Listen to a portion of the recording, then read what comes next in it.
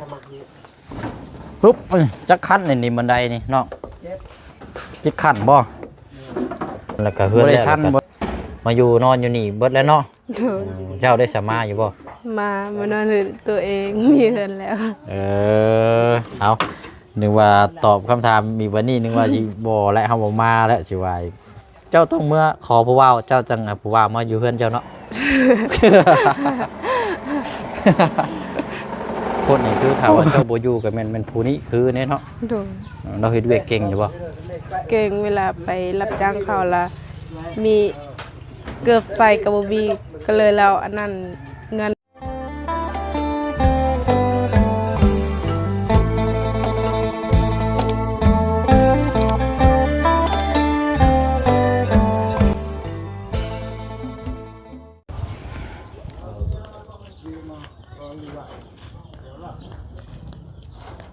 โอ้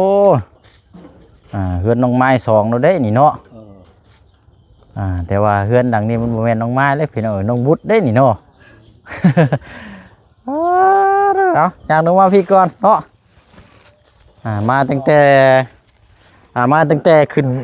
มือยอดเสาเฮือนเนาะไอ้มาเนาะหลังจากนั้นก็บ่ได้มาเลยพี่น้องป้า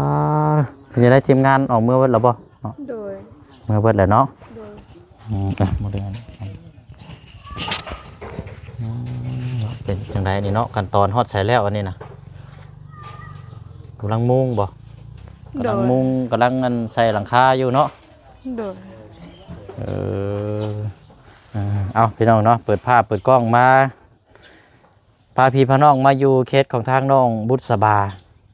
เนาะก็มีเพิ่มเติมน้ำกับทางงบนอนยินทางบ่จันว่าไม่ฟาเชล่าเนาะยังขาดไม่ฟาเชล่าเลยพี่น้องเด้อเนาะพาพี่พาน้อง FC เฮาเป็นแย่งน้ำกันเนาะพี่น้องเนาะถ้าบ่เว้นว่ามีไม่ฟาเชล่ากับเป็นไม่พากระจาดเนาะ หรือว่าเสียวผาวัดบ่เอาผาวัดก็ได้บ่มีไม่เสลาไม่คันผากระจาดก็ไม่อันนี้ก็ผาวัดนี่อันได้ดีกว่ากันผากระจาดผากระจาดบ่ดีกว่าไม่เสลาแต่บ่มีเนาะเอารุ่นน้ำกันนั่นแหละพี่น้องเอ้ยเนาะเดี๋ยวแต่ไม่ฟาเชล่าตามที่ทางบ่จันแจ้งมาแต่ว่าได้ไม่ฟาเชล่าก็แม่นครบเนาะหรือว่าถ้าบ่มีก็แม่นว่าเดี๋ยวอยู่2อย่างเนาะผาวัดหรือว่าไม่ผากระจาด เนาะโอ้ยเอาเนาะทักทายสบายดีและสวัสดีพ่อแม่พี่น้องเบิดสุขสุขคนนะพี่น้องเด้อเนาะพบเจอกันอีกคือเก่าคือเดิมเนาะมายืนใกล้ๆเบิ่งอยู่ค่ะสูงเท่าไรเกาะ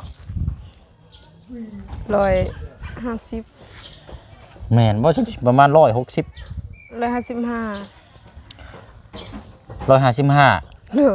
โอ้แม่นนะนี่155นี่155นี่บ่เสียงฮู้อยู่ว่าคนประมาณใดสิประมาณ163 64พุ่นบ่จักเท่านี่บ่ฮอดบ่มันความสูงแน่ประตูความสูงเนาะจะยืนตรงๆเบิ่งอย่าจะมาใกล้ๆเบิ่งบ่เสียงนี่ต้องยืนเบิ่งเพียงกันบ่เสียง165พอดีเกณฑ์ทหารได้อยู่มันเป็นทหารกับพ่อพายปืนแบบอันนี้ได้อยู่เพราะได้บวนปลายมันพอได้หาขี้ดินประมาณ162คนจักจะเนาะโอ้บ่อยู่แล้วน้ำหนักเลยสักเท่าไรเนาะน้ำหนัก63โดย63%กับประมาณ60ตอนนั้นน่ะ64แต่ว่าลงแล้วเดี๋ยวนี้กับประมาณ63นี่แหละช่วงนั้นกินข้าวหลายกินแซ่บอยู่ดีไม่แห้งตอนนี้ช่วงนี้กินยางลงไปก็มีแต่เจ็บท้องจักเป็นมาชังลำไส้นี่ก็เลยน้ำหนักก็เลยไหลลงคือน้ำคือท่านี่ เนาะเอาอะไรพี่น้องครับตอนนี้ได้ใส่ยังอยู่น้ำกันเบิดอยู่บ่ทางน้องนุ่งทางประตูอันใช้น้องเจ้าอันผู้ที่อยู่น้ำคือมาย่ำไรคือบ่เคยเห็นบ่คือว่ามีน้องแพทย์นำซั่นบ่น้องแพทย์นี่เกิดอยู่น้ำกันบ่เนาะใช้ไปใช้น่ะผู้นึงไปเฮ็ดเวียกผู้นึงน่ะยังอยู่เฮือนใหญ่แล้วบ่นี่น่ะใหญ่แล้วจักปีน่ะได้ผู้นึงได้ประมาณ11 ปี2 ปีประมาณนั้นแพ ดซ้ายได้เนาะ โดย ทางอันคนหนึงน่ะไปเฮ็ดเวียกแล้วอีกคนหนึงอยู่บ้าน โดย เอาเนาะใกล้แล้วเนาะประตูเนาะใกล้แล้วพี่น้องทางประตูเนาะบ่ได้ไปอันนั้นบ่ได้ลงเซอีกบ่มื้อนี้เจ้าลงคือเก่าโอ้ยเนาะ ปิ้งไว้แล้วปลาให้ลูกกิน อยู่หากินตลอดอันนี้เนาะ โดย บ่ได้อยู่ได้เศร้าเลยทางพ่อน้องเพิ่นนี่ครับพี่น้องทางประตูแต่ว่ามีความเชี่ยวชาญเกี่ยวกับมุดน้ำหาอยู่หากินเนาะ โดย คันว่าถ้าแบบมุดน้ำหาอยู่หากินบ่เป็นนี่ก็ว่าระวังเด้นี่เนาะน้ำเซมันก็ไหลแห้งอยู่ได้เนาะ โดย ปกติแล้วพี่น้องทางน้องบุดเพิ่นก็เคยบุดน้ำหาปลานี่บ่ประมาณ2 วินี่ก็ฮอดพังแล้วบ่จักเนาะ ทั้งสร้างเขาเพิ่นกินข้าวกินน้ำแล้วบ่เนาะ โดยกินแล้ว เรียบร้อยแล้วเนาะ โดย โอ้ยทรงแบบนี้เฮือนน้องไม้พี่น้องน้องไม้เดียวกันเลยทรงเรียบง่ายทรงจั๊วเพิ่นห้องเนาะหลังคาสีหยังอะนะ สิฟ้า สีฟ้าบ่ โดย สีฟ้าแต่ว่าขอบมันเป็นสีแดงเนาะ โดย โอ้งามสีฟ้านี่มักน้ำอยู่เพอส่วนหลายกับมีแต่เน้นแต่สีฟ้าก่อมันนี่ช่างเขาเฮ็ดน้ำกันจะคนก็ 4 4 คนบ่ โดย ว่าเดี๋ยวอันพาขึ้นไปรอบเบิ่งหน่อยเด้อ โดย มาตั้งแต่มื้อยกเสาขึ้นนั่นเรือนซ่านเรามื้อแรกพุ่นน่ะพี่น้องจากนั้นกันห่างไปประมาณอาทิตย์ปลายเพราะว่าเฮาติดตามเคสของทางอาเจียงเรื่องของน้ำได้พี่น้องหาก็แล้วของน้ำมันก็ได้มาเบิ่งทางนี้น้ำก้อนบาดนี่เนาะไปเนาะเดี๋ยวให้น้องเพิ่นพาชมเบิ่งน้ำกันพี่น้องเทือนซ่านอันแป้นพุ่นละ อันนั้นยิงอ้อซะ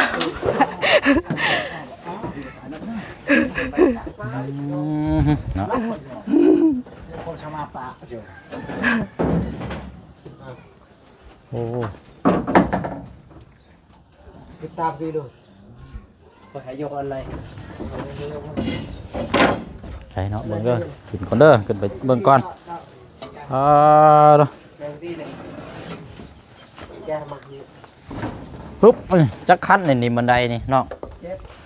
จิกขั้นบ่บ่ได้สั้นบ่ได้นั่นแล้วว่าพอดีเนาะพอดีงามสั้นหลายมันก็โอ้ยเนาะเป็นวินมานี่กิ้งโนเล่นนี่เป็นเนินแหละพอดีเนาะ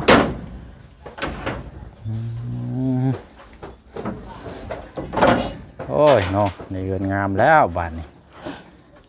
วันเวลานี่แป๊บเดียวมีแต่ว่านั่นเอาน้ำมาทั้งอันสร้างกันก่อนครับขนมนั่นก็จะเอาไว้เด้อ โดย ขนมมาแล้วสร้างเอาไปให้เพิ่นลดละน้ำสร้างเด้อโดยนี่ทางในบ้านได้นี่เนาะโอ้ยเนาะในบ้านก็ยังนุ่มดีเนาะ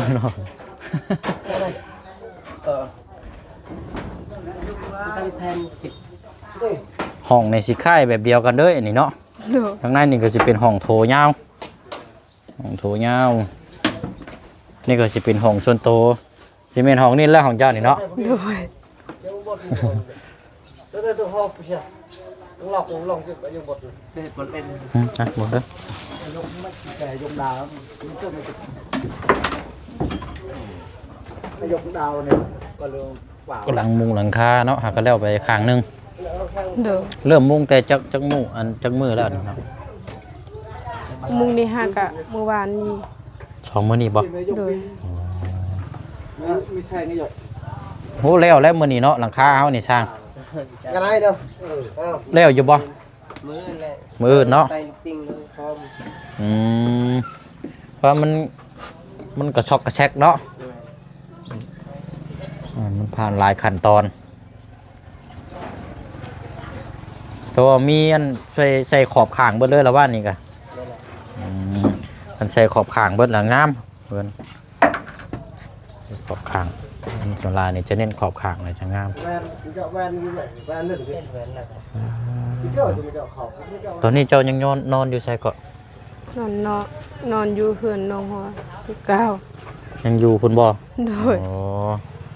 อ มาตื่นเช้ามากะมาเดินเวียกมาพี่เนาะ โดย ใช่เนาะอันน้องได้ใส่หมูเจ้าได้ใส่ไปใส่งัว อยู่เฮือนเราว่าบ่ได้สบายเราเจ็บหัว เจ็บหัว โดย อากาศมันเปลี่ยนแปลงเนาะแบบเชือกนี่หากการเริ่มไข้2 มื้อนี้แล้วมื้อนั้นนี่จะว่าเจ็บท้องทั้งปวดหัวปวดหางทันอยู่น้ำกันทั้งเบิดทั้งมวลนี่จะคนก็อยู่นี่นะ5 คน โดย 5 คนแล้วก็เฮือนแล้วก็มาอยู่นอนอยู่นี่เบิดแล้วเนาะ โดย เจ้าได้สมาอยู่บ่ มานอนเรือนตัวเองมีเฮือนแล้ว เอานึกว่าตอบคำถามมีวันนี้นึกว่าสิบ่และเฮาบ่มาแล้วสิว่าอีก มีเฮือนตัวเองก็ต้องนอนเฮือนตัวเอง คันว่าเลยผัวนี่ก็เอาผัวมานอนอยู่พี่บ่เนาะบัดนี้นะสมมุติ บ่กันมาคันสว่าคันเขามาขอก็เขามาลิ้นก็นอนได้ แบบยกตัวอย่างนี่คือ แบบผู้ว่าบ้านอื่นมาดินนี่สิก็เขาเจ้าอยู่น้ำเจ้าเลยนี่ก็บ่ได้บ่ บ่ได้ เอาเป็นหยังนะ คลาม คาลัม โดย มีแต่ว่าทั้งเจ้าน่ะมือเฮือนผู้ว่าสิบ่ โดย ทั้งเจ้านี่บ่คาลัมบ่ซะ บ่ เอ้า คันเขามาขอแล้วก็ต้องไปอยู่เฮือนผัว อ๋อเอาง่ายๆซะคือถ้าภายซ้ายมาขอขะดอง โดย เจ้านี่ก็ต้องมาอยู่เพื่อนผัวเนาะ โดย เพื่อนผัวว่าวสรุปแล้วนี่เจ้าต้องเมื่อขอผัวว่าวเจ้าจังผัวว่าวมาอยู่เพื่อนเจ้าเนาะ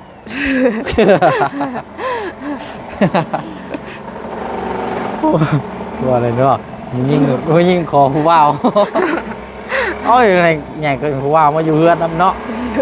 ถ้าแบบนั้นถ้าแบบคือไอ้บ่นี่ได้แมันบ่ ได้ แต่ว่าเฮาบ่มีเงินได้ไปขอเนาะ โดยนี่ โอ้ยไหวแล้วนี่เนาะ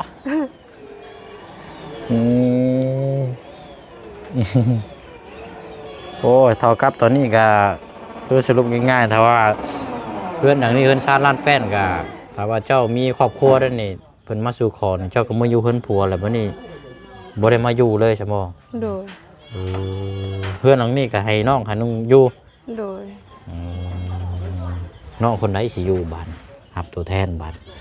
ก็บ่ฮู้ ผู้ใดแน่เจ้าคิดว่าสิเบิ่งพอได้ ตามที่เจ้าคิดคนไหนแน่ ผู้น้อยๆหั่น ผู้น้อย โดย ๆแล้วนิสัยเราเป็นแบบใดเนาะ เราอันนั้นเราเฮ็ดหยังก็เราเงินเราได้เงินเราก็เก็บเมียนเราได้ แบบว่าเบิ่งก็คือสิดูแลทั้งพ่อครอบครัวได้ซั่นบ่ โดย ใช้เราอยู่ใช้ซะเดี๋ยวนี้นะ อยู่เฮือนเอื้อย เรามาเบิ่งอยู่ครับ ไอ้บอกใส่สไนพุ้ยแม่ปอสไนพุ้ย อ๋อนี่เฮาถามว่าเรื่องถึงอนาคตได้ ใส่สไนพุ้ย ถ้าน้องเพิ่นบ่อยู่นี่ก็ต้อง ไม่ใส่สไนพุ้ยโดย ผู้ชายอยู่ ยิงบน แล้ว ตลาด เอาเมียมาอยู่นํ เอ้า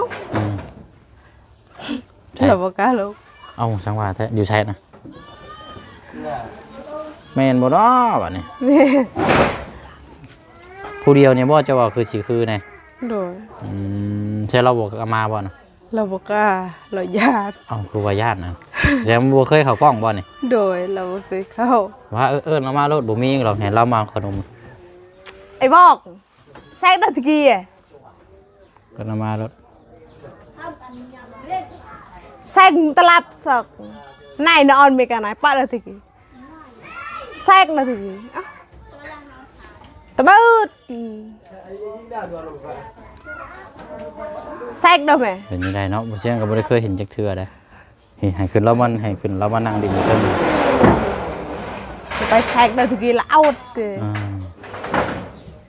นอนอยู่เพื่อนภายหลังนั้น เพื่อนเอ้ย เพื่อนเอื้อยบ่ โดย เอื้อยแท้ๆนี่บ่ บ่เอ้ยเอาอายเอาพี่น้อง เอื้อยลูกพี่ลูกน้องเนาะ โดย เออ เป้าตะกี้เหรอ ใช่น่ะเอิ้นเรามาพี่ เป้าสไล พี่ขึ้นมาพี่ล่ะ อ้าวหนูไป พี่ขึ้นมาถึงเพื่อนพี่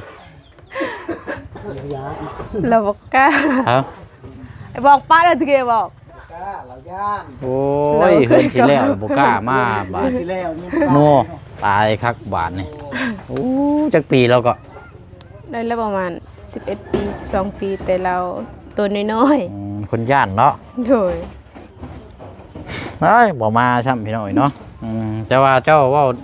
ถึงอนาคตนี่คือถ้าว่าเจ้าบ่อยู่ก็แม่นผู้นี้คือแน่เนาะ โดย เราเฮ็ดเวียกเก่งอยู่บ่ เก่งเวลาไปรับจ้างเขาละ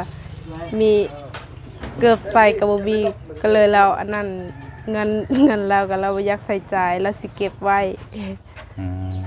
เบ้าแบบความขยันนะครับ ความรับผิดชอบอะไรแบบมีหลายเห็นบ่ โดย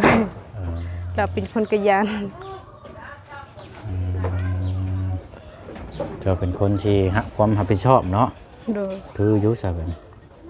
ก็เบิ่งเอาแล้วผู้ใดที่ก็มันบ่คือก็บ่อันนี้เนาะ โดย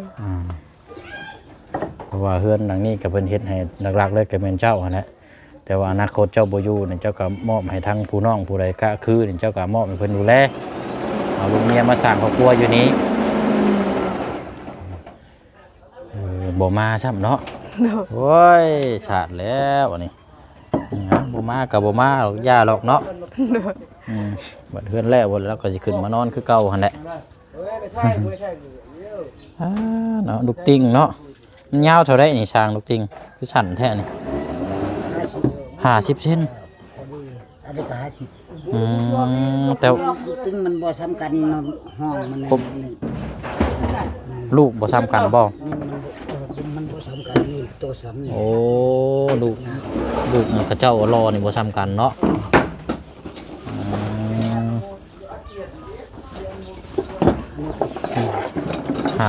50เนาะ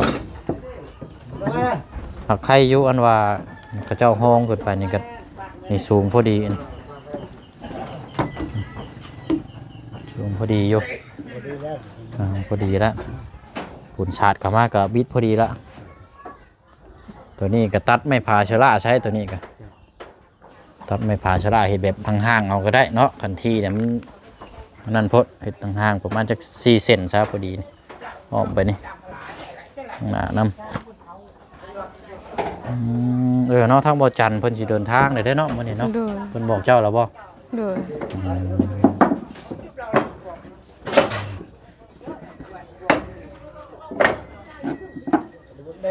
ได้จักมื้อแล้วก็เฮือนหลังนี้ตั้งแต่เริ่มจำได้บ่ ได้ประมาณอาทิตย์ปลาย มือ ตั้งแต่ประมาณ เก่า วันที่9บ่ วันที่ เดี๋ยวนี้มันที่เท่าไหร่ 16ยกเฮือนเต็มที่16วันนั้น 16เดือนนี้แล้วเนาะ แม่น นี่ก็วันที่25 จากมือ ก็10มื้อเนาะ10 ประมาณ บ่ อาทิตย์หนึง อาทิตย์ประมาณ10มื้อแล้วเพราะว่า16เลยวันนี้ก็วันที่25 เริ่มมัน ใช่ ที่ 5 เก่านี่เริ่ม แต่ว่าเริ่มวันที่9เนาะแต่ว่ามื้อย่อนี่วันที่16เนาะ แม่น อ๋อ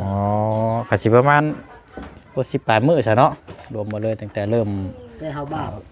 บากเซาบางอย่างเนาะ เริ่ม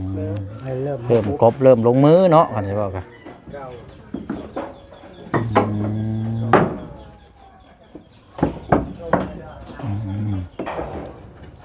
เนาะเอาเนาะหั่นละมีหยังกัดเบิ่งน้ำช่างน้ำยางเนาะดูแล โดย อันพ่อเจ้าก็ยังนอนอยู่หั่นบ่ โดย อ๋อโตเนาะ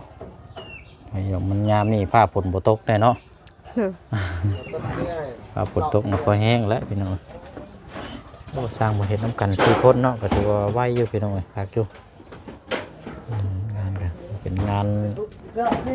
ต่อกระจกกระแจกเนาะใส่เวลา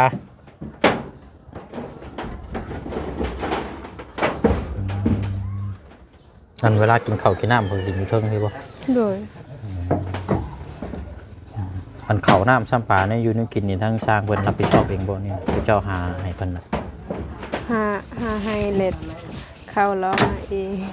กลับเนี่ยเฮาหาให้ซั่นบ่ โดย แต่ว่าข้าวเพิ่นเอามา โดย อ๋ออันนี้บ่ติบข้าวสร้าง แม่น โอ้4 คนก็4 ติ๊บเนาะ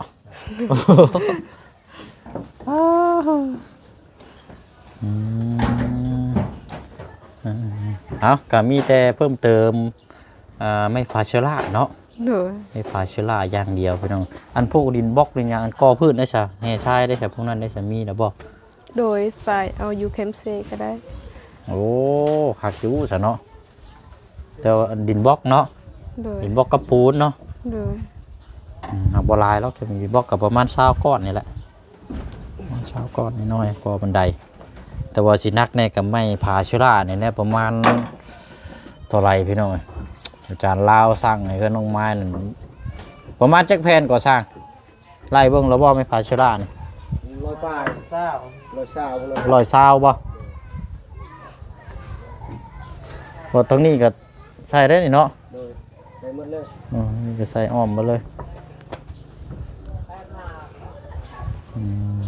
ประมาณ120แผ่นเนาะ120แผ่นแผ่นหนึงก็100แผ่นหนึงก็110,000 120,000กีบลองคูณเบิ่งพี่น้องก็หลายเติบอยู่เนาะก็ยังว่าแล้วถ้าว่าบ่มีไม้พาชิลานี่ว่าให้น้องเพิ่นเลือกเอา2อย่างเอาปันผ้าบัดหรือว่าสิผ้ากระจาด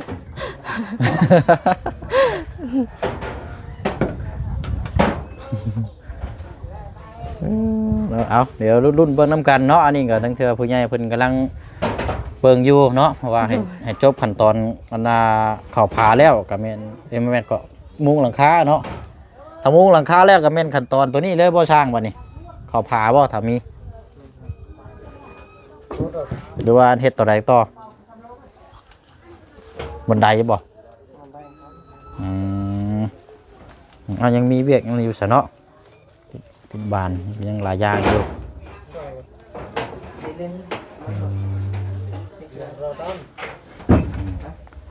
โอเคป้าสาวเนาะคุยน้ำกันเพียงสำนีก่อนมื้อนี้พี่น้องไปลงก่อนก็ได้เดี๋ยวมารอบหน้านี่มุงหลังคาแล้วนี่บาทนี่มื้ออื่นสำเร็จโอ้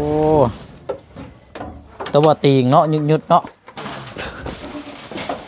ขึ้นเคียงนี่อยากตีงยุดๆอยู่มันยังบ่ทันได้แน่เนาะโอ้เอาบ่มาช้ำน้องเจ้าเนาะ โดย โอ้ยน้องอายเนาะ ค่ะ เนาะ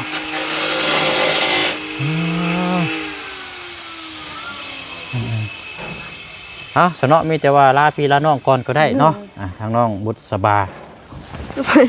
โดยเดี๋ยวไปเชียงรอบๆให้พี่ให้น้องเบิ่งน้ำกันอีกก่อนเนาะโอ้เนาะอันนี้เศษไม้เศษตอกเฮือนที่มากออกไปอันนี้มันใช้งานบ่ได้เลยพี่น้อยเนาะมีแต่จูไปจูพื้นจูไผ่อย่างเดียวเนาะนี่แหละเนาะรูปร่างเบิ่งอีกมุมหนึ่งก่อน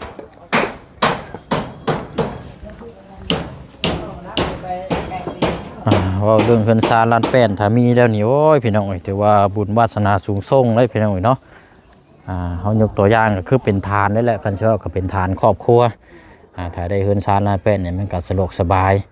ต่อไปก็เขาไม่แต่ต่อยอดหาอยู่หากินในครอบครัวเท่านั้นเองเนาะเพราะว่าเขามีพื้นฐานใหญ่ตัวนี้แหละสบายพี่น้องมีสีทนสีเทามีที่พักอาศัยแหละมันก็สุดแล้วนะพี่น้องเนาะมีแต่เขาประคองเบิกแยงกันนั่นแหละบัดนี้เนาะเนาะมีแต่ว่าสุดท้ายท้ายคลิปนี้ก็มีแต่ว่าเพิ่มเติมเนาะทางทีมงานแจ้งมาให้พูดคุยกันมีแต่ว่าไม่ผาเชื้อราเนาะพี่น้องเนาะขาดไม่ผาเชื้อราแล้วพี่น้องเด้อเนาะสุดท้ายก็เป็นจบเลยละบัดนี้พี่น้องเนาะตามรุ่นเบิ่งน้ำกันเนาะว่าสิออกมารูปร่างนี้เป็นฝาแฝดหรือบ่เนาะแบบเดียวกันหรือบ่สำหรับทางบ้านเรือนซานของทางน้องไม้และก็ทางน้องบุษบาเนาะพี่น้องเนาะไปเนาะคลิปนี้ทางผู้เชียงลาพี่ละน้องไปก่อนเนาะเดี๋ยวไปต่อกันไปเบิ่งไปชมกันอยู่บ้านอดรเอาไปหาทางน้องละล่าก่อนมื้อนี้กับพี่น้องเนาะบ๊ายบายเด้อพี่น้องเด้อเนาะพบเจอกันในคลิปหน้าเนาะสบายดี